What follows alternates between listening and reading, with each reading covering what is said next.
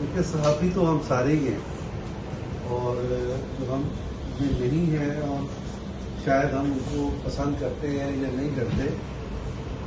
اس سب کے باوجود صحافت کا جو ان کو ایک شناخت ہے وہ تو نہیں ختم ہو سکتی،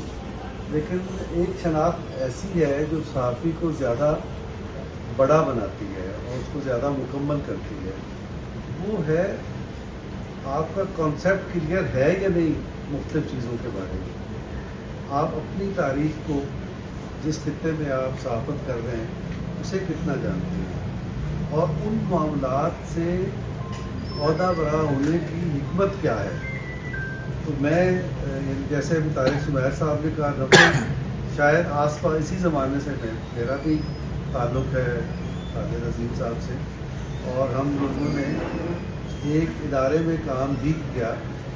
یعنی میں کراچی بھی ہوتا تھا، خالد صاحب یہاں ہوتے تھے، اور اس وجہ سے ہمارے درمیان اختلاف بھی پیدا ہوا، نقطہ نظر میں فرق بھی پیدا ہوا، لیکن اس کے باوجود کوئی ذاتی تعلق پر کبھی آنچ نہیں آئی۔ تو یہ خالد صاحب کی جو کردار کی خوبی ہے وہ یہ ہے۔ اصل بات یہ ہے کہ خالد صاحب جو کچھ کرتے ہیں وہ کسی بھیڑ چال میں نہیں کرتے، وہ شعوری طور پہ کرتے ہیں۔ اسی چیز نے ان کی، یعنی جیسے ابھی لوگوں نے گفتگو کی، تو جو جس چیز کو وہ پسند کیا جا رہا ہے، خراج تحسین پیش کیا جا رہا ہے کہ ان کی ساری ایکٹیویٹی، صحافتی سرگرمی شعوری طور پر ہے، اور اس میں کچھ بھی حادثاتی طور پر نہیں ہے۔ تو ابھی جیسے برادر طارق سمیر صاحب نے تجویز پیش کی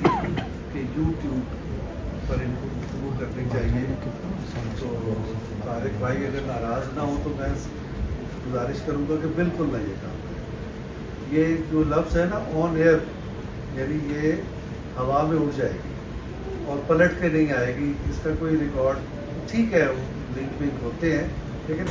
اب سردی ہے، گرمی ہے، صبح 8 بجے پہنچنا ہے۔ مطلب یہ اتنے ڈیڈیکیٹڈ تھے اپنے اس پروفیشن کے ساتھ، اتنی محنت کرتے تھے، اور پھر جب میں نے ایک سازش کی اور ان کو سپریم کورٹ کی رپورٹنگ میں نے جواب دیا، تو وہ بھی ایک واقعہ ہے، بڑا حسین واقعہ، کہ وہ سپریم کورٹ میں رپورٹر کی ضرورت پڑ گئی تو کہا گیا کس کو رکھے، میں خالد صاحب سے کون ہے بہتر کر سکتا ہے، یہ انہوں نے کی بھی ہے، اس میں رپورٹنگ کی بھی ہے اور قانون بھی پڑا ہوا ہے، تو ان سے بہتر کون نہیں کر سکتا، اسی گوئی تو کامران صاحب بھی دیں گے۔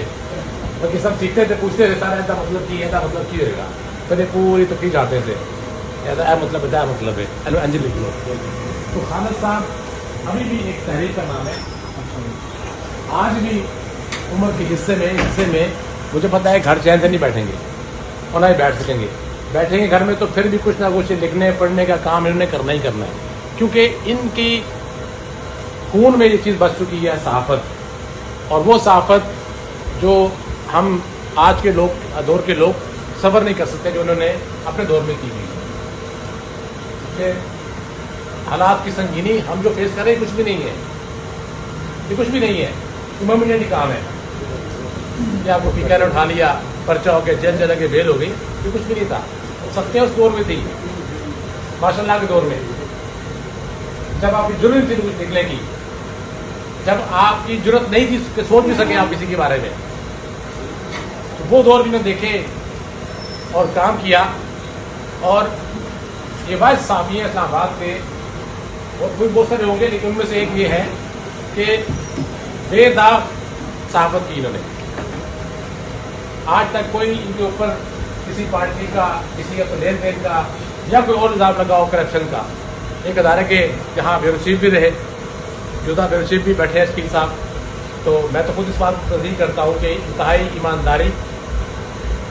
اور ڈیڈیکیشن کے ساتھ انہوں نے نہ صرف خود کام کرتے تھے